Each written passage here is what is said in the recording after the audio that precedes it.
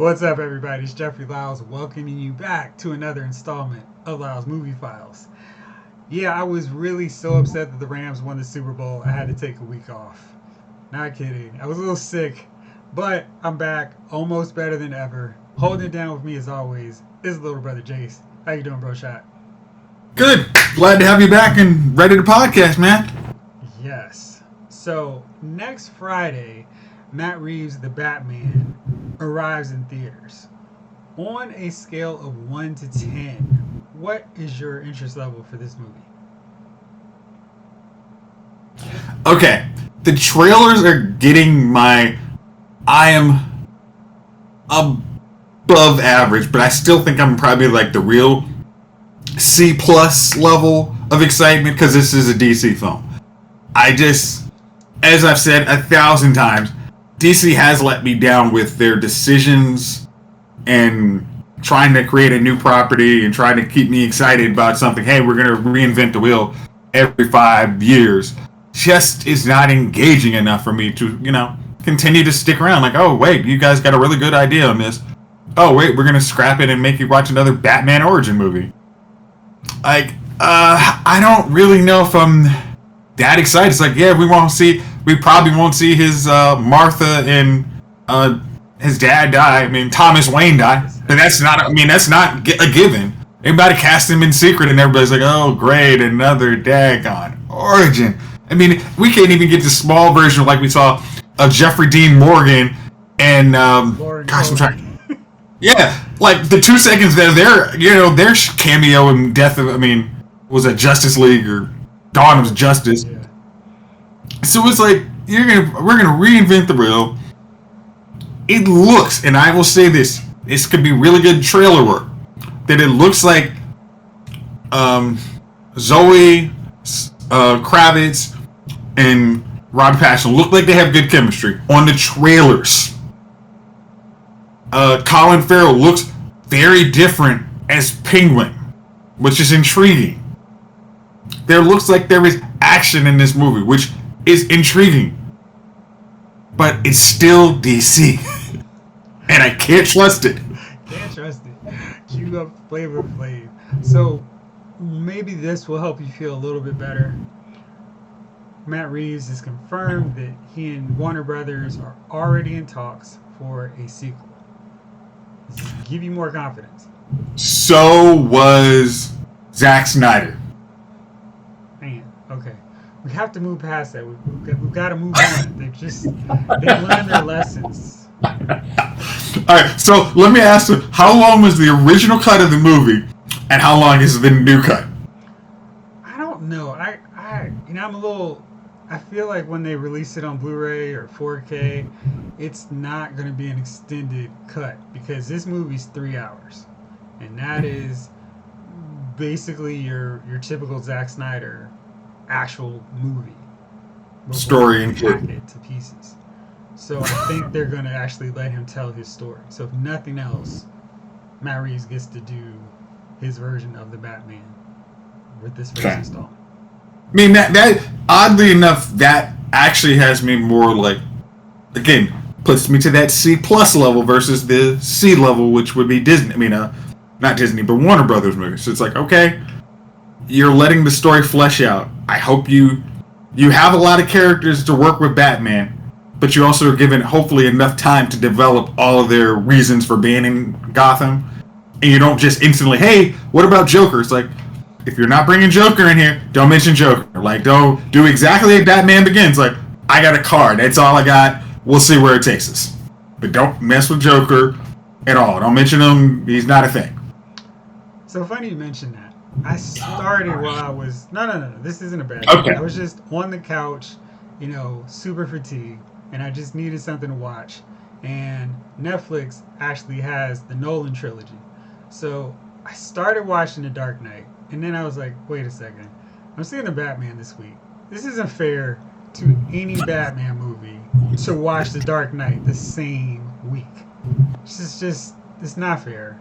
And so I stopped right around the time where Hockey Pad's Batman climbs up, gets slammed against the window.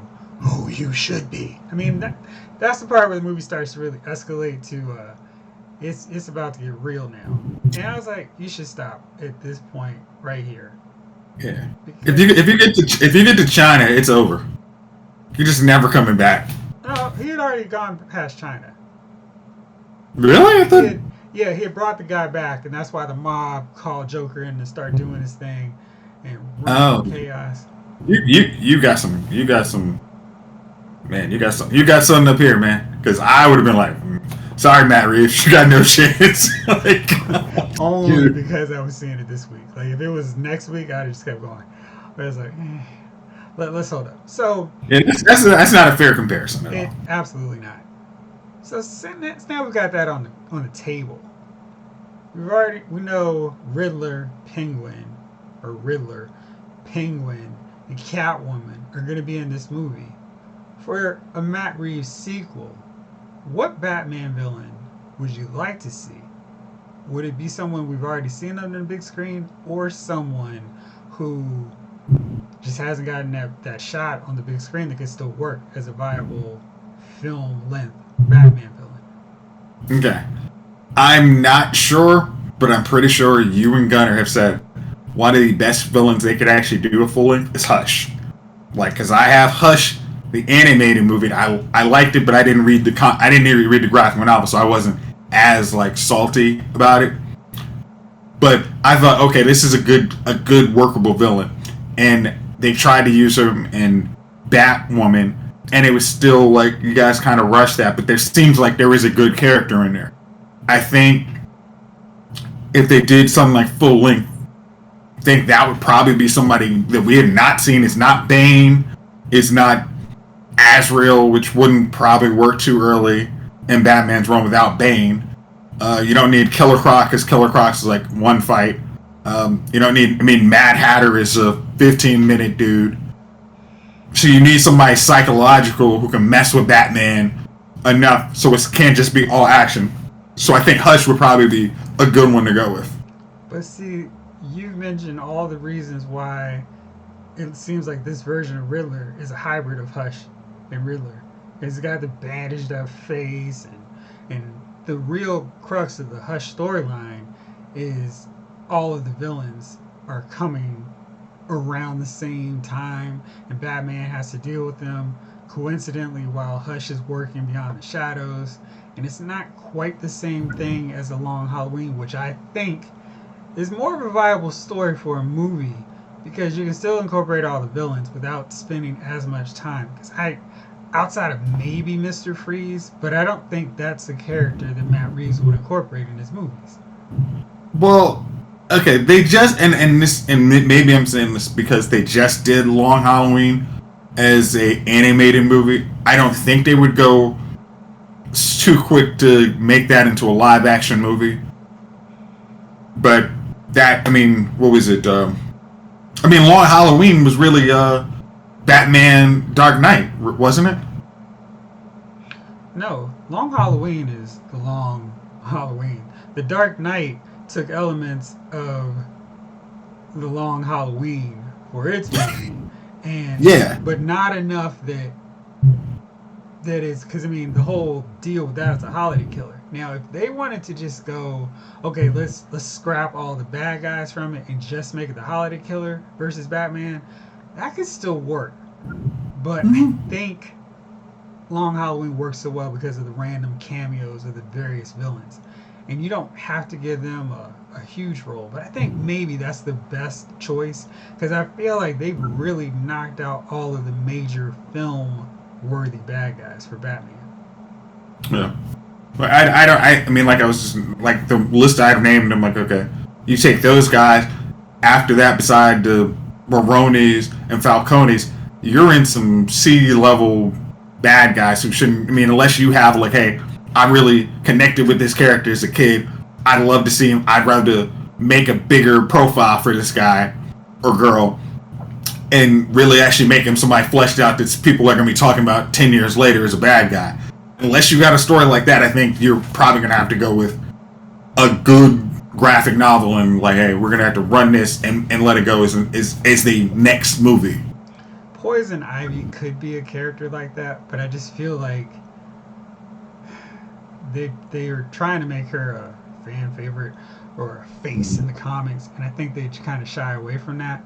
But I think she could work. But I just the whole deal is they have so many villains for Batman that he fights them one time and then he fights them a second time and beats them. That it'd be tricky. Ironically, the best villain that would work for Batman is Deathstroke. And they were like, nah, we don't want to do that version. Which is like, well, he was the best one still on the table. Even though he is a first and foremost Teen Titans villain. And I think maybe Nightfall would be a great live action adaptation. I think we're past the point now where, all right, what new villain are we going to bring to the forefront? I think we can throw a bunch of them on the screen. Like, who these characters are.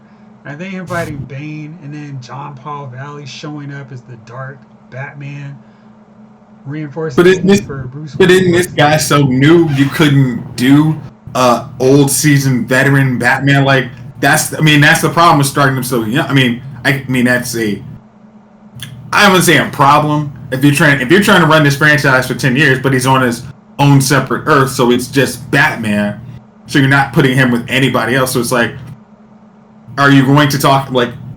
I think you mentioned a couple episodes ago. It's like maybe this time would be the time to introduce Robin, like actually a good live action Robin, because he is so new as being Batman, and and go with a storyline from that, much more than trying to create the bad guy villain. Like, all right, let's do Batman and Robin and go from there, and then create and not put Joker again. Batman and Robin, maybe a Mr. Freeze and the Mob, and that's our movie. Maybe that's the way to go.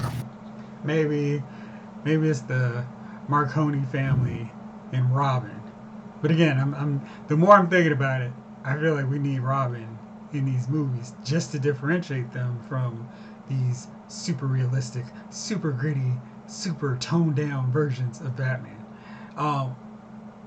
Robert Pattinson did an interview recently and said that it's very unlikely that Superman is going to be a part of Matt Reeves' Batverse because they're trying to keep it grounded and realistic.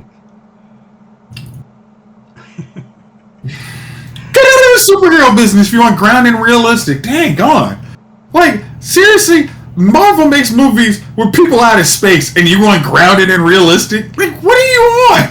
It's like, what did you guys hire everybody who's grounded and realistic and doesn't want to make money? Come on! He made a daggone show about Planet of the Apes. Like, are you really need grounded? Come on! That is the thing that more than most things makes me want to hit my head against the wall, because it's just you're in a medium where the character fights a undead zombie, a woman that controls plants, a dude who fell in a vat of acid and somehow his face turned white and his hair is green.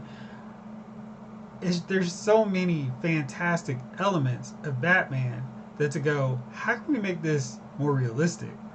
Automatically makes me go, well, why are you trying to do that? It's like Christopher Nolan.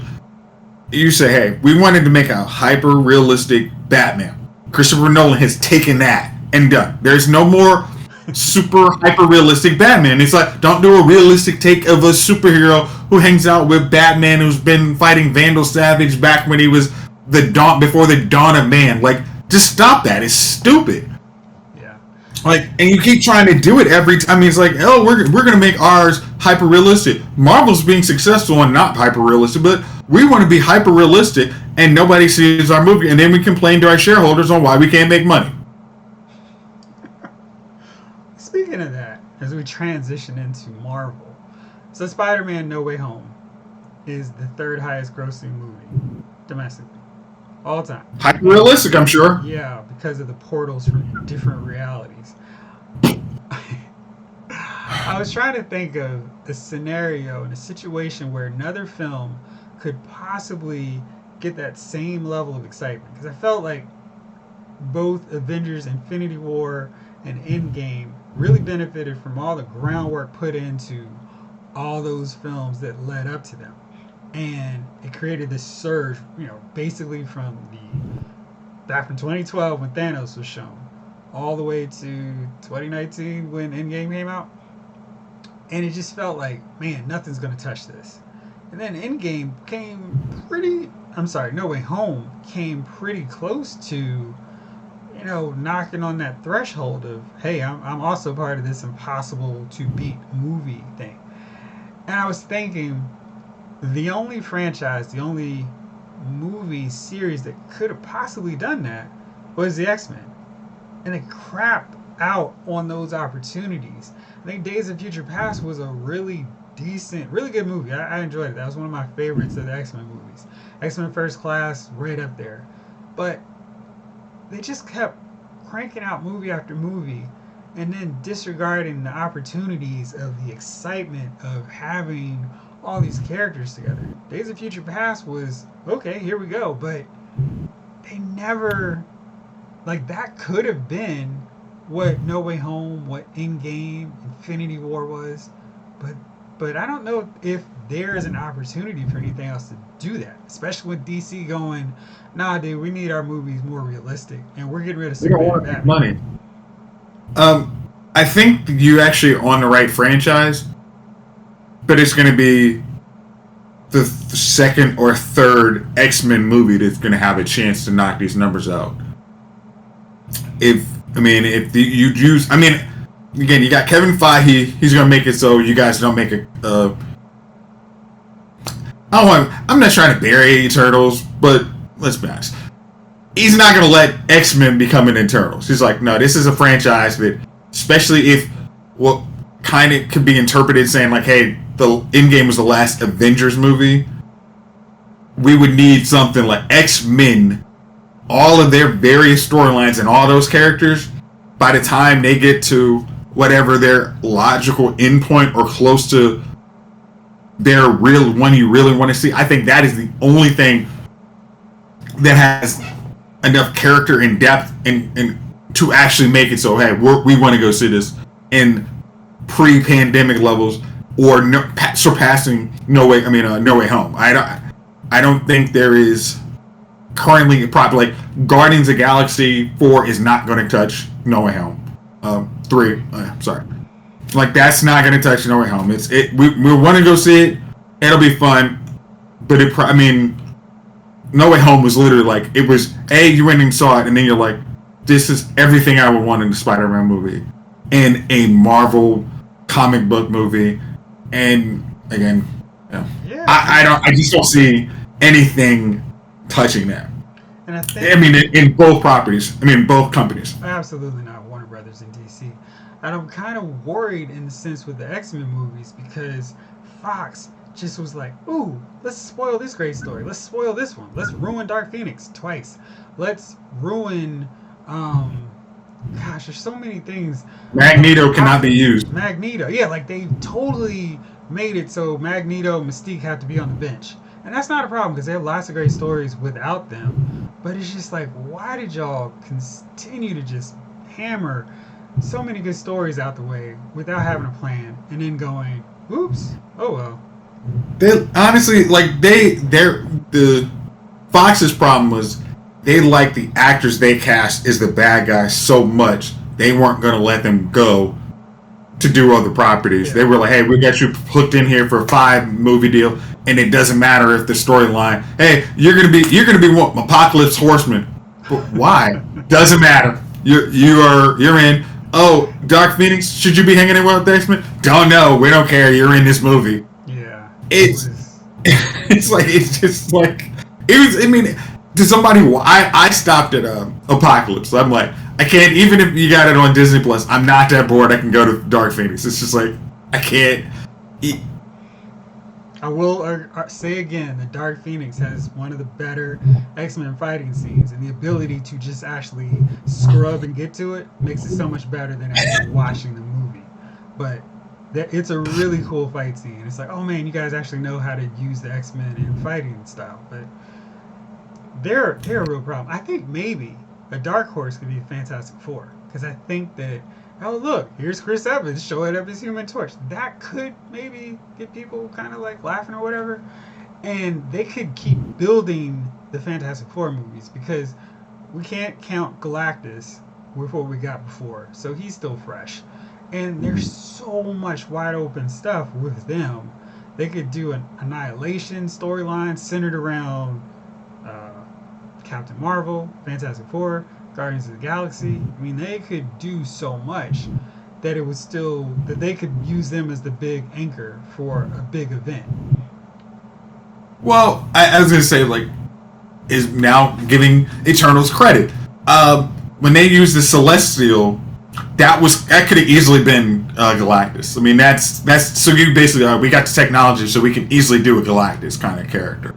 Mm-hmm. You could actually, I mean, because this is the weird thing about the Fantastic Four movies from Fox were not bad movies. I mean, it's like you might call them The first two. I'm sorry, there were only two. I don't know what you're talking about. Like, it's like it was Jessica Alba in it? Okay, no, then it didn't count as a Fantastic Four movie. Those two movies were fun. I mean, it was like if you say they were campy. I mean, were they on Marvel level? No, but can you watch? I think they are both watchable movies.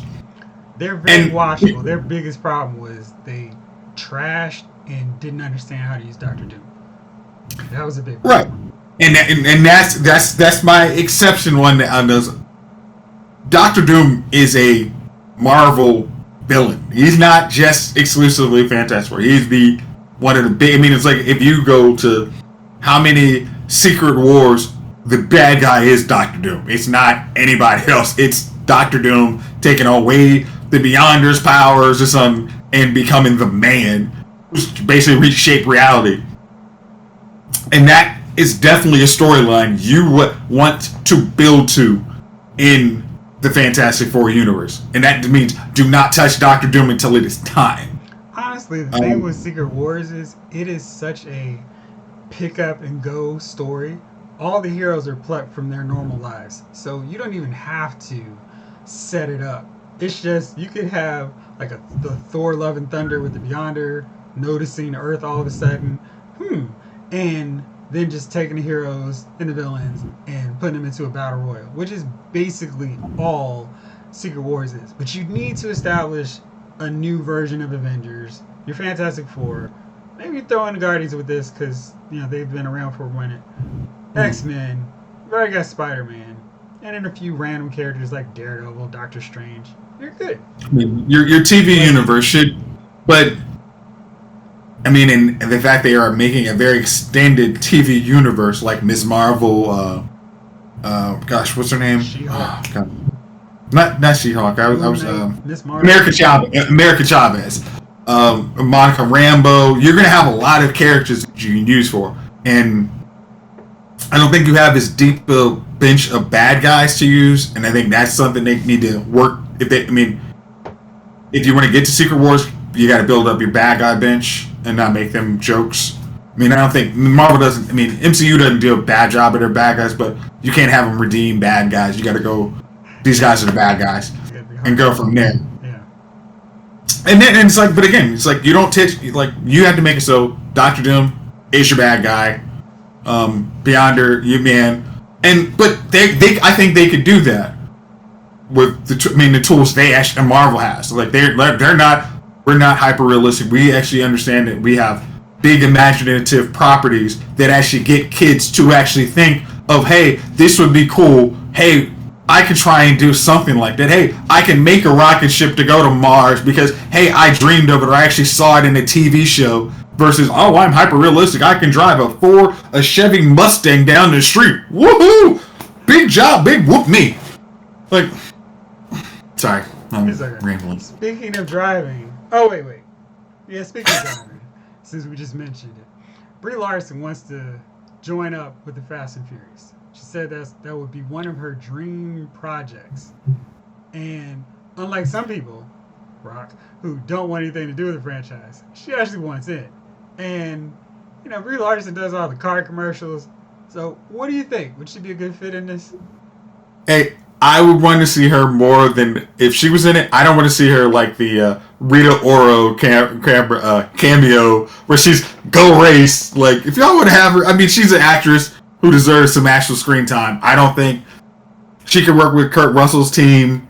You know, after they got betrayed like 5 times, they probably need blood in there. So I can see her working with him, and I think it would be cool. Yeah, she could be Mrs. Nobody, take his place or something.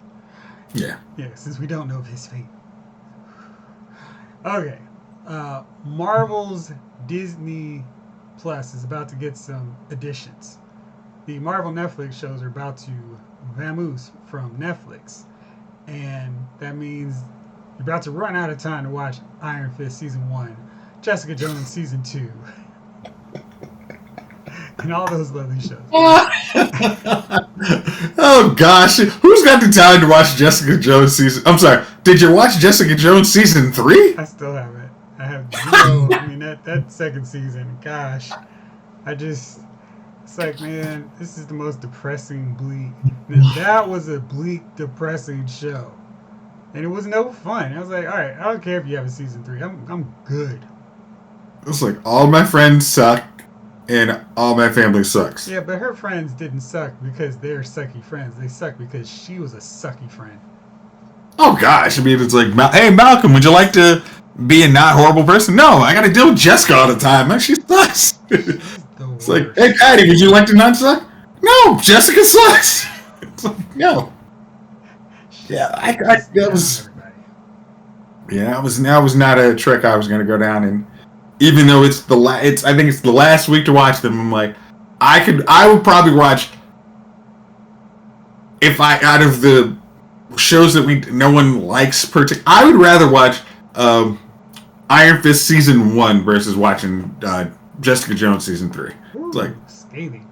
So, the real question is, how much will Luke Cage and the Punisher be impacted by this switch over to Disney Plus? Are they going? I mean, I know there's a rumor. There's a rumor those 2 shows are gonna go maybe to Hulu Plus, and I think that I would probably prefer that versus them doing any kind of chops and editing to Punisher or Luke Cage. I mean, like, Luke Cage is. Luke Cage is full of adult storylines. I don't know if. Even though, like, Falcon and the Winter Soldier dealt with some real heavy topics, I don't think it is nowhere near as adult-oriented as Season 2 of Luke Cage, where it was like, oh, this is really heavy stuff that they were dealing with in that season. So I think I'd rather push those to a little more mature channels versus them trying to just edit them out. I don't know. Daredevil was pretty violent when you think about it. But, I don't know. Not my call, not my decision. What is my call, though, it's that magical time. Who is your nominee for Dummy of the Week, dear brother? Well, my Dummy of the Week is Miss Alyssa from Married at First Sight.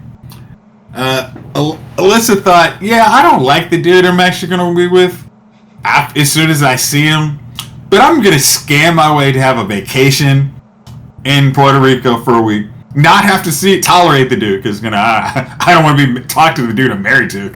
Who does that? And I'm going to tell the camera people all of this every possible time I can. And supposedly, I think the camera people don't actually have the cameras on me at all the time. Right. My favorite. I don't want to come off with a bad guy, because if I do, it's your fault. We're just recording what you say. Oh. I'm a very good person. That was like her catchphrase. I feel like I should get a T-shirt that says I'm a very good person with a smiley face. So I was looking on, sending a text and I needed a GIF, and I entered in dramatic, and they already had Alyssa. He wants a divorce from me, but I'm a very good person. Yeah. I mean, it's like I have the greatest idea.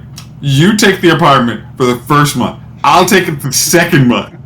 And this is a win for me. I mean, everybody. Because I want to be part of the experience. I don't want to talk to you at all, but I want the cameras on me. It's not that I want to be on TV. I just want the apartment that's probably closer to my job. And it's way better than my apartment, because as we've seen from most of these people's apartment, that place is pretty dang nice. So, I understand her, hey, can I stick around? But the producer's like, yeah, we don't want to spend rent on this place if he doesn't want you. And You've obviously told him in every non-word that you could ever tell a person, I'm not interested. I think it's a good idea for him to get it. Like, even Pastor Cal was like, Chris, speak the truth. Uh-huh. I'm not going to dissuade you at all. Just, yes. Mm-hmm. I'm nodding. And then when Alyssa speaks, his non-verbals were hilarious on Chris's decision day. He's like, yeah, Pastor Cal would have been like, you better tell her. And he was like, it's like, I admit that I said I was not going to touch Married at First Sight with a 10-foot pole, but they make remote controls wireless, so it's not an issue. So those dudes, that couple was, sadly, they might have been used for ratings, because I would love to see the compatibility score test that said these two were going to be compatible, but for the entertainment value, they were 20. Out of possible 1,000. Right. Sure. It's like, why are we casting her on the show at all? I mean, hey, I'm sure they're doing everything nice in their power to make sure Chris is like, can I see those scores? Whoa. That seems like you're going to try and sue us to take us to arbitration. We don't want that. So what can we do for you not to ask those questions? Hey, man, you can get off the show. It's okay. My dummy of the week. You'd like to stay in the apartment? Yeah. My dummy of the week is whoever came up with the cast of Big Brother, Celebrity Big Brother 3. This was a train wreck.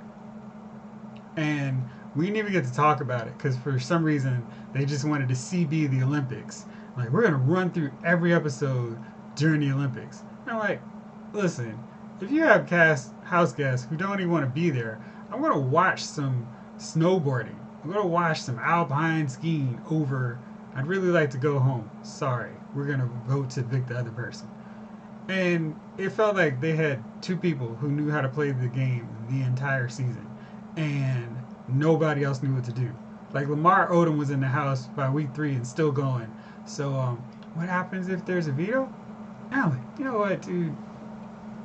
I mean, didn't they at one point have them like the celebrities kind of did their own like take on the game and kind of like, hey, here's why I'm coming in here. I think I'm my C-level celebrity, but I'm thinking this 500,000 would really help pay my bills, so I'm trying to win it. I need them to go to a lower level of celebrity too, because they felt that these celebrities were so important they could only be in the house for a month, as opposed to the regular 3 months of a Big Brother season. It was too quick, and it still felt like it was super long. I don't know how they managed that, but yeah. Impressively. I can go find some house guests for Big Brother Celebrity Season 4, but this one was an abomination. Right. What a stink. And bad comedy. Alright, bro. Well, hopefully this was not an abomination for you all watching. Thank you as always, little bro, and thank you all for watching. This episode of Lyle's Movie Files has been filed.